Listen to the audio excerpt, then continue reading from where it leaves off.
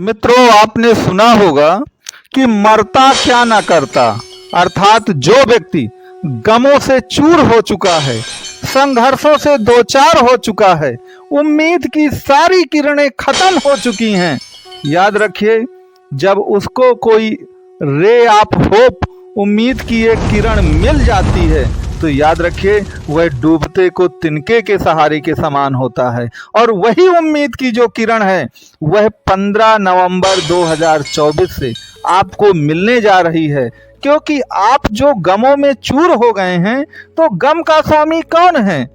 शनिदेव है। दुख का स्वामी कौन है? शनिदेव है। ऋण का स्वामी कौन है? वह मंगल देव है। तो याद रखिए, यही शनि और मंगल की जो जोड़ी है वह आपके जीवन के सभी संघर्षों, सभी युद्धों पर विराम लगा देगी और आपको एक अच्छा जीवन देगी। तो यह युद्ध विराम कैसे होगा आपके जीवन का? जो आपके जीवन में युद्ध चल ही रहा था और हर युद्ध में आपकी हार हो रही थी, आप परेशान हो रहे थे, वो युद्ध पूरी तरह से युद्ध विराम होगा और आपको आगे चल करके युद्ध में जीत भी मिलेगी। तो आप इसके लिए पूरा वीडियो देखिए, आपको पूरी एक प्रकार से इस युद्ध विराम और उसे जीतने की जो कला है वह पता चल जाएगी। मित्रों, आपको मालूम है, आपने दो शब्द सुने होंगे, एक मार्गी और एक बकरी। तो मार्गी में क्या होता है, आप आगे की ओर चलते रहते हैं, और बकरी में, बकरी माने उल्टा, आप पीछे की ओर चलने लगते हैं। तो इस समय शनिदेव आपके जब अभी बकरी हैं, 15 के बाद वह मार्गी होंगे, तो बकरी का मतलब क्या है कि वो पीछे की ओर जा रहे हैं। तो यदि वह कुंभ राशि में है तो वह आपको प्रतिफल पीछे एक घर पीछे का प्रतिफल दे रहे हैं, और वह आपकी मकर राशि है। और मकर राशि आपकी कुंडली के अष्टम भाव की राशि है। और आपको तो मालूम है कि अष्टम भाव क्या है? अष्टम भाव है डूब जाना, खत्म हो जाना, सभी आशाओं का धूल धूर्षित हो जाना, चारों तरफ अंधकार छा जाना। क्योंकि अष्टम भाव को आपके लिए ब्लैक होल कहा जाता है। तो ब्लैक होल क्या है कि आप चारों तरफ से एक ऐसे अंधेरे से घिर चुके हैं जहां रोशनी की कोई किरण ही नहीं आ रही। आपको पता ही नहीं चल रहा कि आप इस काले घने अंधेरे से के चक्रव्यूह से आप निकलेंगे कैसे बाहर। लेकिन अब जाकर 15 तारीख से, नवंबर से, जैसे ही शनिदेव मार्गी हो जाएंगे, तो वह इस समय आपकी कुंभ राशि में है। और मार्गी का मतलब मैं बता चुका हूं कि आगे की ओर चलना, जिस भाव पर वो हैं उससे आगे के एक भाव का प्रतिफल आपको भी देना वो शुरू कर देंगे। तो आगे तो दसम भाव आता है, कुंभ राशि आपके नवम भाव पर है। तो अब आपको जो प्रतिफल मिलना है वह नवम और दसम का मिलना है।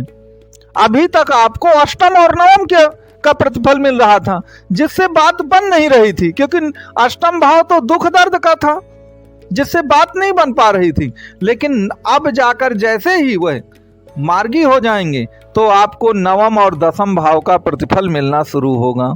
और आपको मालूम होगा कि कुंडली में नवम भाव को त्रिकोण कहा जाता है, दसम भाव को केंद्र कहा जाता है, और नवम और दसम मिलकर के ही तो राजयोग बनाएंगे। क्योंकि कुंडली का एक अकाट सूत्र है कि नवमेश और दसमेश हो, या नवम या दसम भाव हो, इनके मिलन को ही एक प्रकार से राजयोग माना जाता है। केंद्र और त्रिकोण के स्वामी कहीं एक भाव पर बैठ जाएं, या एक ही ग्रह आपको केंद्र और त्रिकोण दोनों का लाभ प्रदान कर दें, तो यह उच्च कोटि का राजयोग कहा गया है। और वह राजयोग जो है वह आपकी कुंडली में बिल्कुल 15 तारीख से बन रहा है। तो जितने भी दुख दर्द थे सबको टाटा और बाय बाय।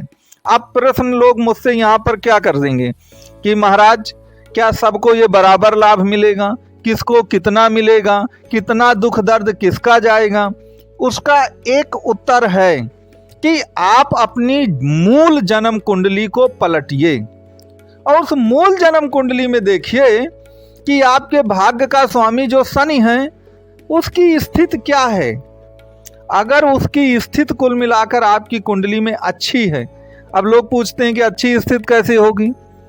या तो शनि अपनी ही राशियों में हो, अपनी राशि का मतलब अष्टम में ना हो, नवम में हो, दूसरा अपनी उच्च राशि में हो, तीसरा जहां पर भी बैठा है तो या तो वह अपने परम मित्र बुध और शुक्र के नक्षत्रों में हो, ठीक है, वह आपकी कुंडली में कुल मिलाकर बहुत कम अंशों का नहीं होना चाहिए कि 2-3 अंशों का है तो वो बाल्यकाल में हो जाएगा, 28-29 अंश का है तो वो फिर मृत अवस्था में चला जाएगा, और भी बहुत सारे रूल हैं। तो आप कुल मिलाकर इसको जरूर दें। अगर शनि की पोजीशन आपकी कुंडली में ठीक ठाक है तो जैसा मैंने कहा उसका आपको लाभ जरूर मिलेगा। यदि आपको कुंडली समझ में नहीं आ रही कि कुल मिला के शनि मेरा अच्छा है या बुरा है, तो आपको नंबर प्रदान किया गया है, आप दिए गए नंबर पे कंसल्ट कर सकते हैं।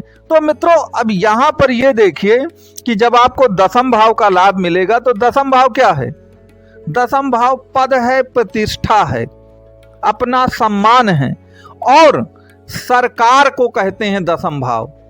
तो अगर आपका कोई ऐसा काम है जो सरकारी काम है, नहीं हो रहा, वहां से आपकी कोई फाइल जो है आगे नहीं बढ़ पा रही, सरकार के साथ आपका कोई केस चल रहा है, याद रखिए ये जैसे ही शनि जो है ना आपका आएगा, कुल मिला के मार्गी हो जाएगा, तो याद रखिए आपको ये सभी लाभ मिलने शुरू हो जाएंगे।